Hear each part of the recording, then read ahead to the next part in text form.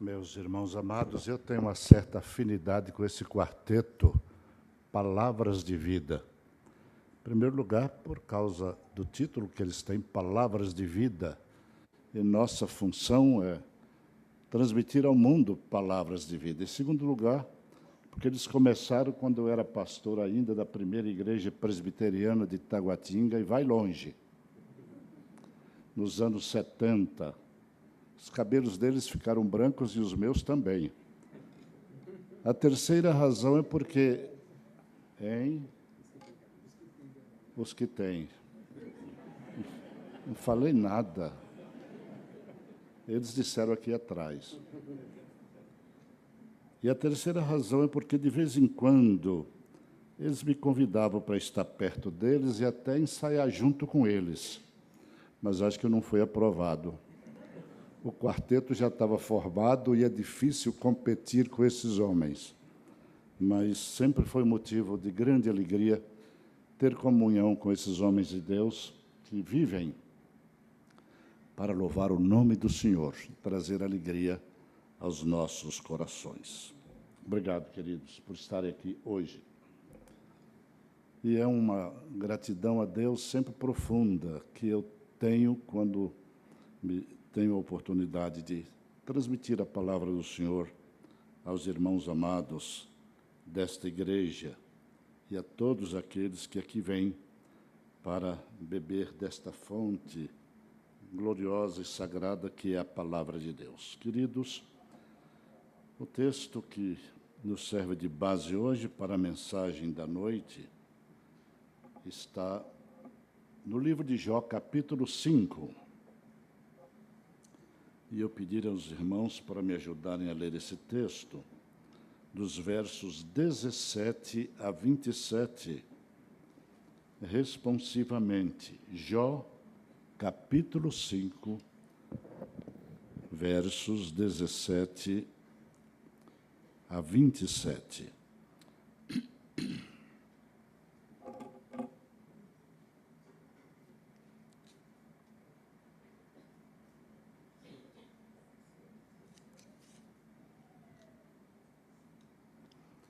Todos, naturalmente, já encontraram o texto. Jó 5, 17 a 27. Leiamos alternadamente. Bem-aventurado é o homem a quem Deus disciplina. Não desprezes, pois, a disciplina do Todo-Poderoso.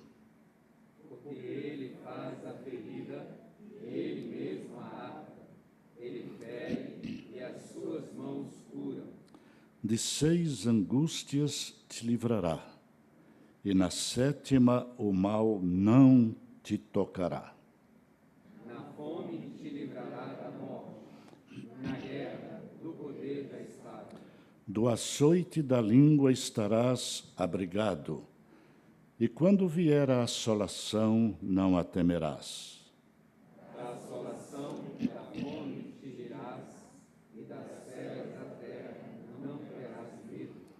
Porque até com as pedras do campo terás a tua aliança, e os animais da terra viverão em paz contigo.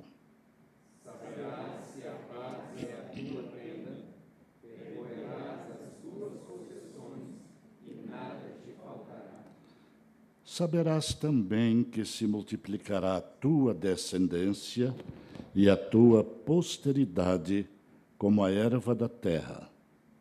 Em robusta velhice entrarás para a sepultura, como se recolhe o feixe de trigo a seu tempo. Todos juntos, eis que isto já o vemos inquirido, e assim é. Ouve-o e medita nisso, teu bem. Amém.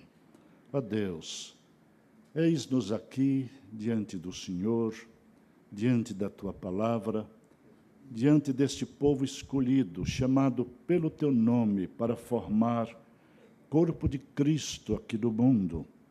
Ó Deus, obrigado por este privilégio inaudito que nós temos de abrir a tua palavra e nela meditar para a edificação dos nossos corações, para endireitamento dos nossos caminhos, para crescimento espiritual e para que o amor também, ó Pai, possa crescer mais e mais nos nossos corações, para contigo e para com os nossos amados em Cristo Jesus.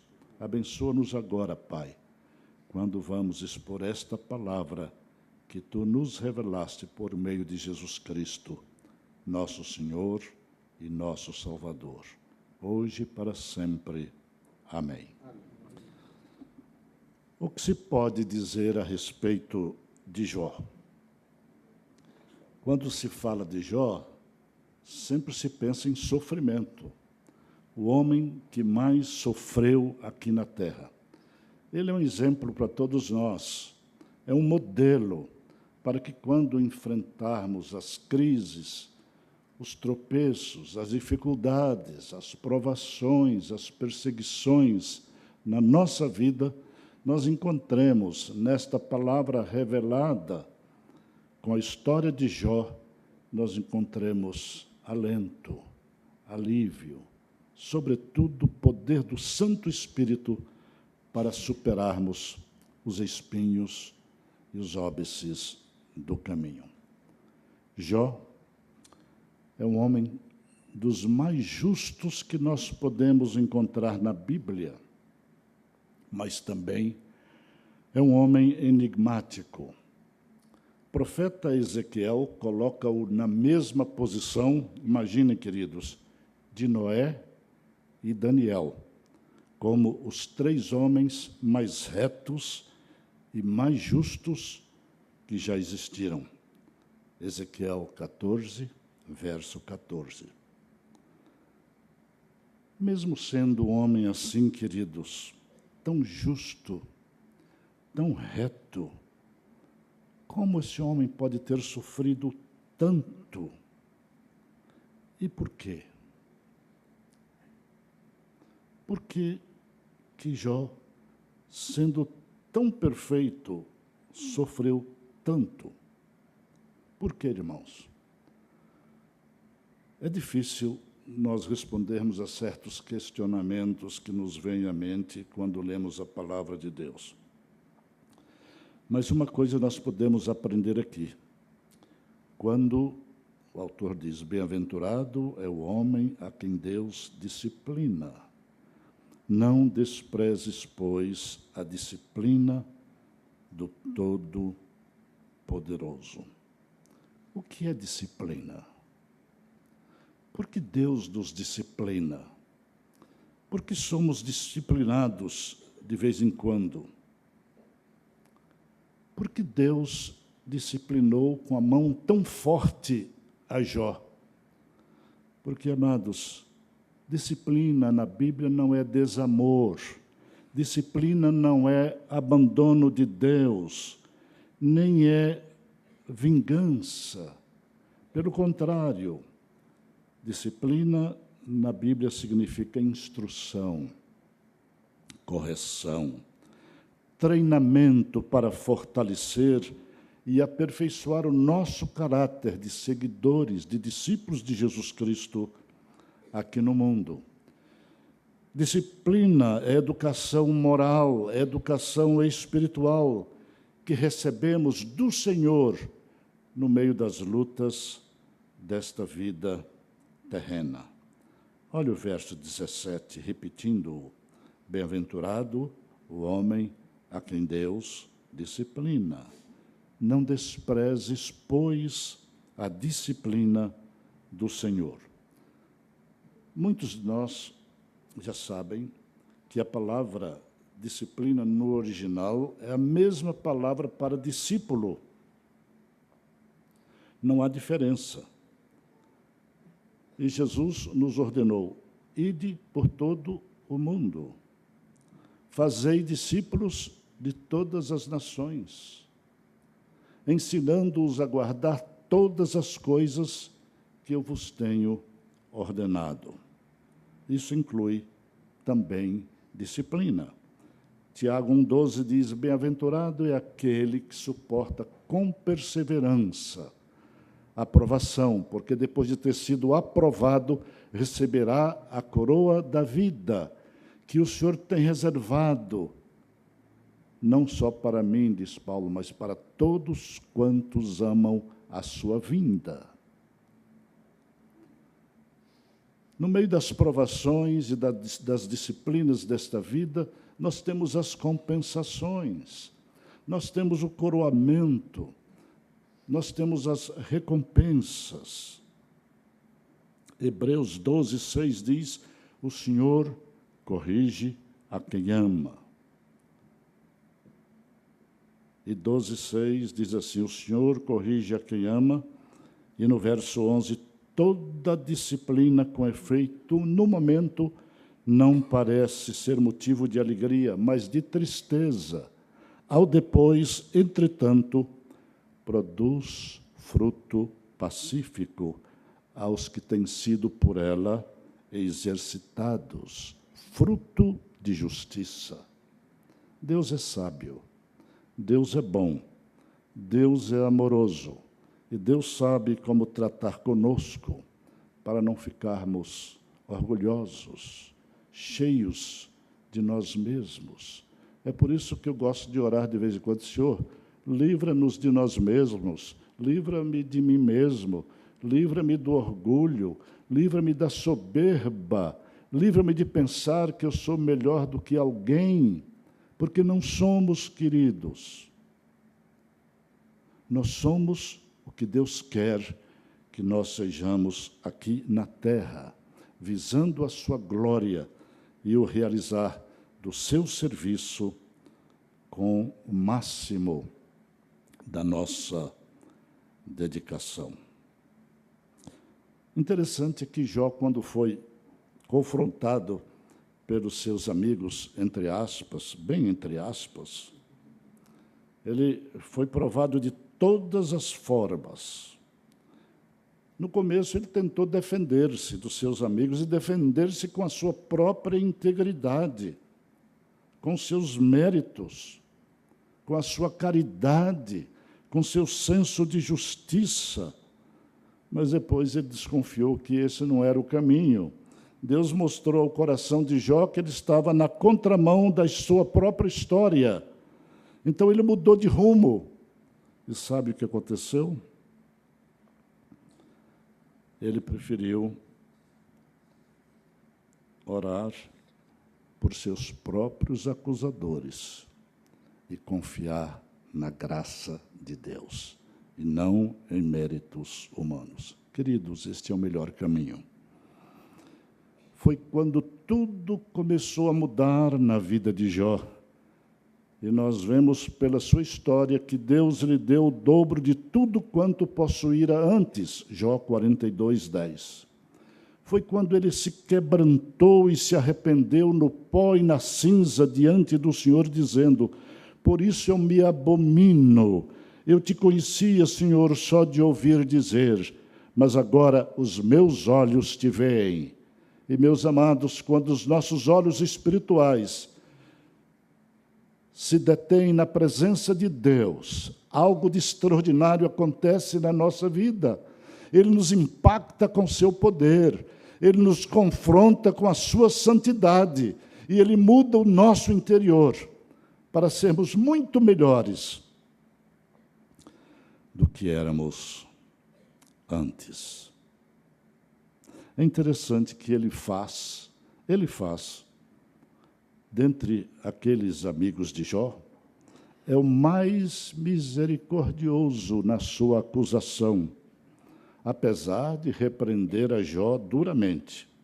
Por quê, queridos? Porque é dos lábios de Elifaz, inspirados por Deus, que surgem essas promessas tão oportunas para Jó, como também para nós, nos dias de hoje. Esse texto que nós acabamos de ler exatamente, no verso 19, ele diz assim: de 6 angústias te livrará, e na 7ª o mal não te tocará. Que promessa maravilhosa! De 6 angústias o Senhor te livrará, e na 7ª angústia o mal não te tocará. Aqui está a razão da disciplina do Senhor em nossa vida, queridos. É para que nós aufiramos, nós recebamos as bênçãos que o Senhor tem reservado para nós, mediante a nossa comunhão com Ele. A primeira delas, o Senhor livra seus servos da fome. O texto diz, verso 20, na fome Ele te livrará da morte. Eu não sei se você sabe o que é fome. Há muita gente que sabe o que é fome nesse país. Eu experimentei isso algumas vezes, mas senti a presença de Deus e a providência de Deus no momento certo. Na fome, Ele te livrará da morte. Foi por isso que o Senhor providenciou o maná para o seu povo lá no deserto, e as codornizes, quando eles tiveram vontade de comer carne, eles estavam no deserto, e o Senhor realizou aquele milagre extraordinário para suprir o seu povo, para alimentar o seu povo, a fim de que seu povo não morresse de fome. Eu gosto da declaração do salmista Davi: fui moço e já agora sou velho. Jamais vi o justo desamparado, nem a sua descendência a mendigar o pão. Amém, queridos? Este é o Deus em que nós devemos confiar. Este é o Deus que supre as nossas necessidades. Este é o Deus que enche o nosso coração com suas promessas e a certeza de que elas serão cumpridas na nossa vida, não por causa de nós, mas por causa dEle, porque Ele é bom, Ele é misericordioso. O Senhor não nos abandona em nenhum momento da nossa vida. Ele não se esquece de nós. A Bíblia diz que Ele não é injusto para se esquecer dos seus filhos, que o estão servindo de coração. Segundo lugar, queridos, o Senhor livra seus servos da língua ferina. O texto diz, do açoite da língua serás abrigado. Verso 21. É interessante o que diz a Nova Tradução na linguagem de hoje. Ele o protegerá das más línguas, e você não terá medo quando vier a destruição, porque língua também destrói. Eu já vi muita coisa ser destruída com línguas ferinas, que não foram usadas pelo Senhor. Mas o Senhor nos livra. Em Daniel 3, nós temos uma linda história de Sadraque, Mesaque, Abednego. Eu acho feio falar Abednego, eu falo Abednego, eu tenho mais facilidade de falar Abednego. Se vocês quiserem, pode falar Abednego, mas eu vou falar Abednego. O rei Nabucodonosor, da Babilônia, que já tinha tido uma experiência com Daniel, de Daniel interpretar os sonhos dele, os outros queriam que ele contasse o sonho. E Nabucodonosor, se eu te contar o sonho, não adianta. Eu quero um homem que saiba o que é que eu sonhei e interprete os sonhos. E foi Daniel, o homem escolhido por Deus. E quando Daniel interpretou o sonho de Nabucodonosor, o rei poderoso da Babilônia, ele ficou tão impressionado que colocou Daniel num lugar muito especial perto dele, para ser um auxiliar ali no trono. Mas Daniel disse a ele, olha, rei, eu tenho 3 amigos que vieram comigo lá do povo de Judá, e é gente boa, eles também são capazes, eu pediria que desse um trabalho para eles. Então, Nabucodonosor colocou cada um para administrar um dos distritos lá da Babilônia. Mas rei é rei, né? Esse povo erra pra caramba, desculpem. Resolveu mandar fazer uma estátua de ouro. Queridos, transformando os côvados para metros, a estátua de ouro era de 27 metros de comprimento e 2,70 metros de largura. Já viram que monstruosidade de tamanho? Tudo em ouro. E ele decretou que, dali por diante, todos os súditos da Babilônia e de todos os seus distritos deveriam, na hora em que tocasse a música pelos instrumentos, o povo devia se inclinar diante daquela estátua e adorá-la. E lá estava Sadraque, Mesaque e Abedênego. E os fuxiqueiros, os de língua maliciosa e maligna, disseram: oh, tem 3 rapazes aí que não se dobraram, não. Quem são? Sadraque, Mesaque e Abedênego. Ele disse: vou mandar botar uma fornalha de fogo aqui, ardente, para quem não se curvar diante da minha estátua. Isso foi feito. E chamou, então, ele estava com dó dos meninos, chamou os 3 e disse assim: olha, eu estou sabendo que vocês não querem se inclinar diante da estátua, só há um caminho. Se vocês não adorarem a estátua que eu mandei erigir ali, vocês vão para a fornalha de fogo ardente. Se o seu Deus é poderoso para livrar vocês, que livre. Sabe qual foi a resposta? Vocês conhecem a história. Fique sabendo, ó rei, que se o nosso Deus quiser nos livrar da fornalha de fogo, ele vai livrar. Mas se ele não quiser nos livrar da fornalha de fogo, ainda assim nós não vamos nos inclinar diante da estátua de ouro, porque nós adoramos ao Deus verdadeiro. Então, palavra de rei, não volta atrás, eles foram jogados na fornalha de fogo, que foi elevada 7 vezes mais na sua temperatura. E quando Nabucodonosor olhou lá no fundo daquela caverna pegando fogo, nem uma chamuscadinha no corpo dos meninos. Ao invés de 3, havia 4, passeando pelas chamas de fogo. Então ele disse assim: não foram 3 os rapazes que nós jogamos lá? Todo mundo foi. Tem 4.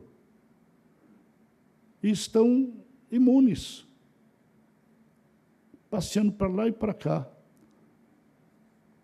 Aí o rei foi quebrantado pelo Senhor e chamou pelo nome: Sadraque, Mesaque, Abedênego.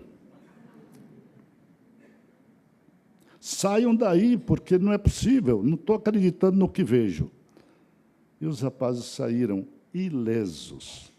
Agora só 3, porque o 4 era o anjo que Deus mandou para livrá-los, estava lá junto com eles.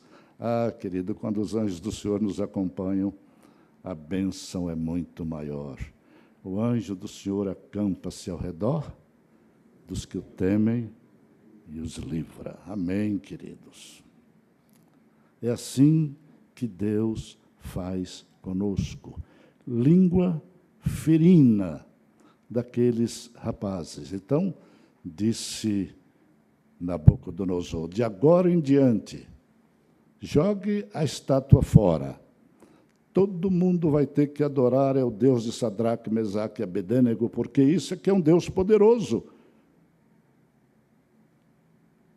Que milagre estupendo que Nabucodonosor não podia acreditar humanamente. Foi o Senhor que colocou no coração dele. Inimigos gratuitos e invejosos sempre têm a língua ferina e querem prejudicar as pessoas.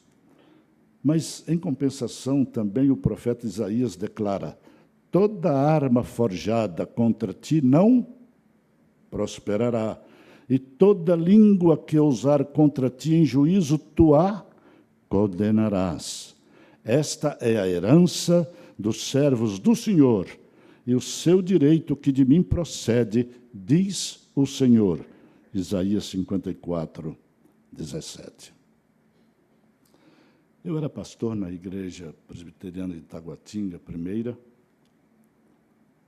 e cheguei no primeiro ano e nós nos reuníamos num salãozinho bem pequeno. E a igreja foi crescendo, crescendo, crescendo. E nós ficamos sem espaço para a escola dominical, para nada. Mas a igreja tinha umas salas de escola alugadas no mesmo terreno, para um professor que já estava lá há alguns anos. Eu reuni o conselho e falei, o que é que nós vamos fazer? Precisamos das salas aí. Vamos pedir as salas ao professor Gerson? Vamos. Pastor é que tem que tomar a dianteira, né? Então, eu escrevi uma cartinha assim, bem delicada, pedindo ao Gerson que nos, se possível, em tempo mais breve, nos devolvesse as salas, porque nós estávamos com problema de espaço para a igreja. Tá? Ele me chamou um dia e me levou lá para um advogado dele, eu não sei que hora era entre 8, 9, 10 horas da noite, sei lá. Ali naquele setor comercial sul de noite, meu pai do céu. O lugar fúnebre, o lugar tenebroso.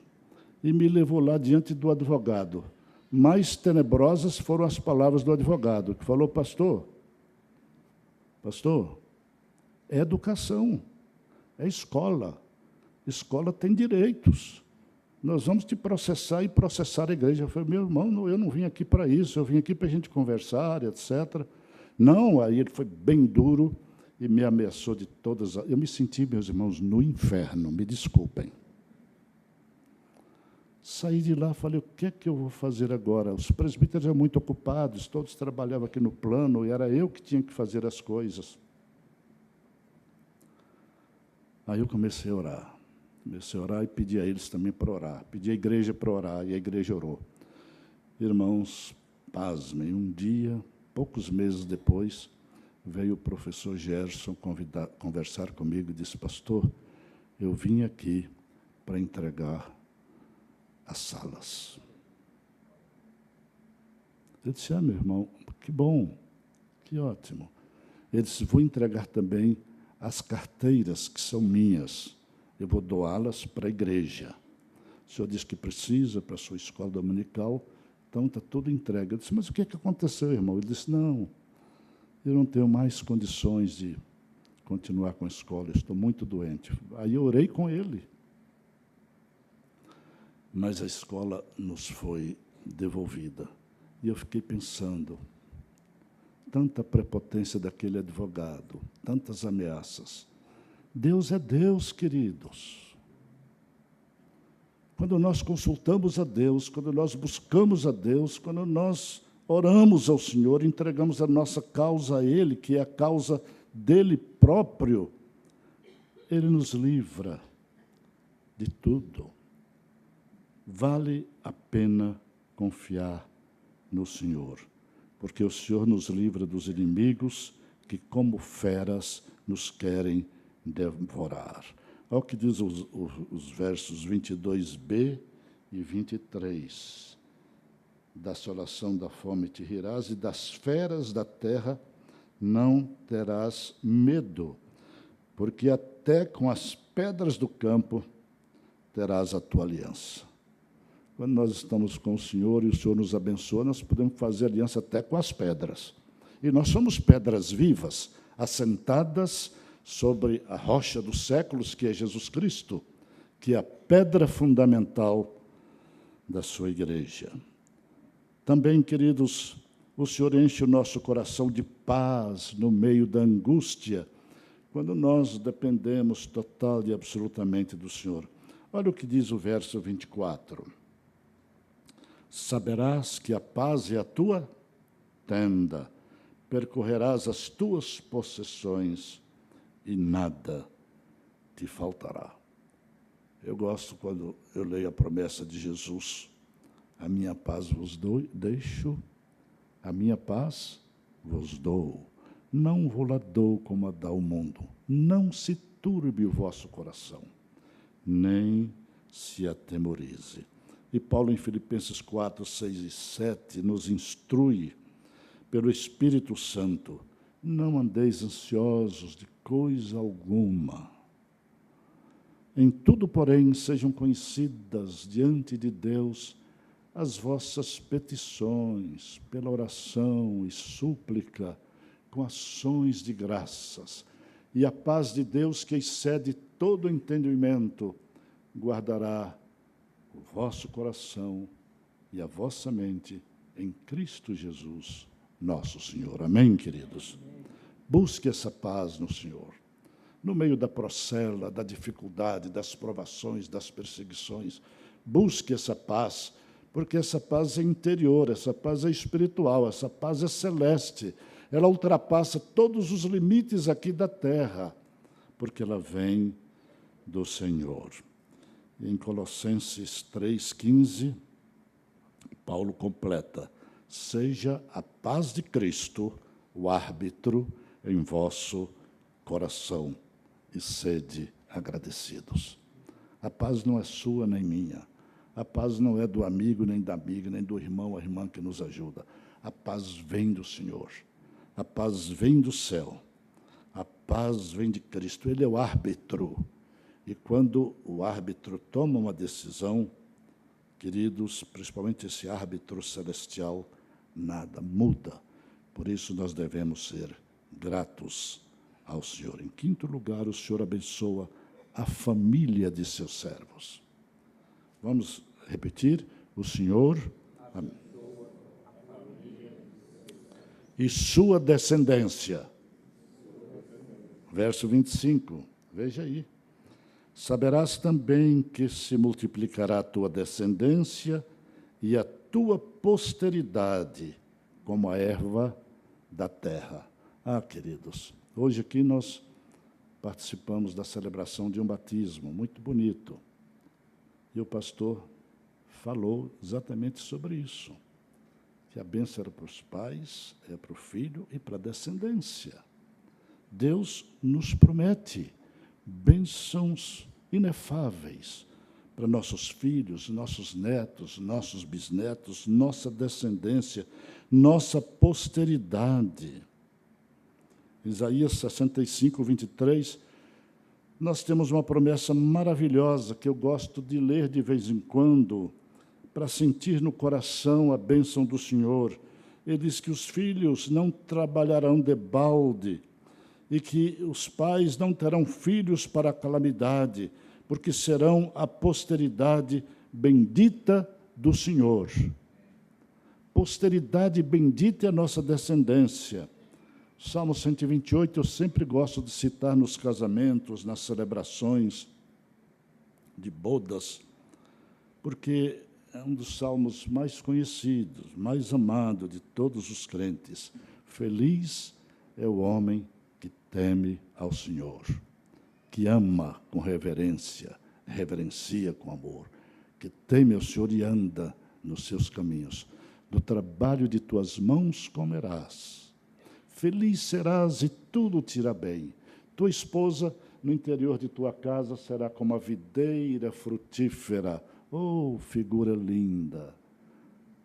A videira frutífera, queridos, ela traz sombra, ela traz beleza, ela traz os frutos vermelhinhos, que produz o vinho, que é símbolo da alegria, da felicidade, da festa, da celebração. É isso que o Senhor quer para a nossa família, nossa esposa, nossos filhos. Os teus filhos serão como brotos da oliveira, rebentos da oliveira ao redor da tua mesa. Eis como será abençoado o homem que teme ao Senhor. E verás os filhos de teus filhos, a descendência, e paz haverá sobre toda a nação de Israel. Queridos, que é a família que abençoa a nação, não é a nação que abençoa a família. Se a nação for constituída de famílias abençoadas por Deus, ela será uma nação saudável, e não essa nação doente que nós vemos por aqui e por aí em fora. Sexto lugar, o Senhor renova a vida dos idosos. Eu estou incluído. Primeiro. E como é que Ele renova a vida dos idosos? Cuidando, queridos, cuidando como Pai bondoso, amoroso, e tornando os mais velhos frutíferos. O que é que diz o texto aqui, no verso 26? Em robusta velhice entrarás para a sepultura, como se recolhe o feixe de trigo a seu tempo. Que belo poema para nos descrever. Sempre gostei de ler e refletir com os idosos. Nos 7 anos em que eu fui secretário-geral, secretário nacional da terceira idade da Igreja Presbiteriana do Brasil. Esta linda promessa de Deus. Isaías 46, 3 e 4. Olha que promessa. Pode servir para você que tem mais de 60, 70, 8,2 que nem eu. Vós, a quem desde o nascimento carrego e levo nos braços, desde o ventre materno até as vossas cãs. É isso aqui. Eu vos carregarei, já o tenho feito. Levar-vos-ei, pois, carregar-vos-ei e vos salvarei. Amém, queridos? Nós temos um bocado de idoso aqui, dizendo amém também, viu? Quando eu cheguei aqui nessa igreja, queridos, eu só via cabeça preta.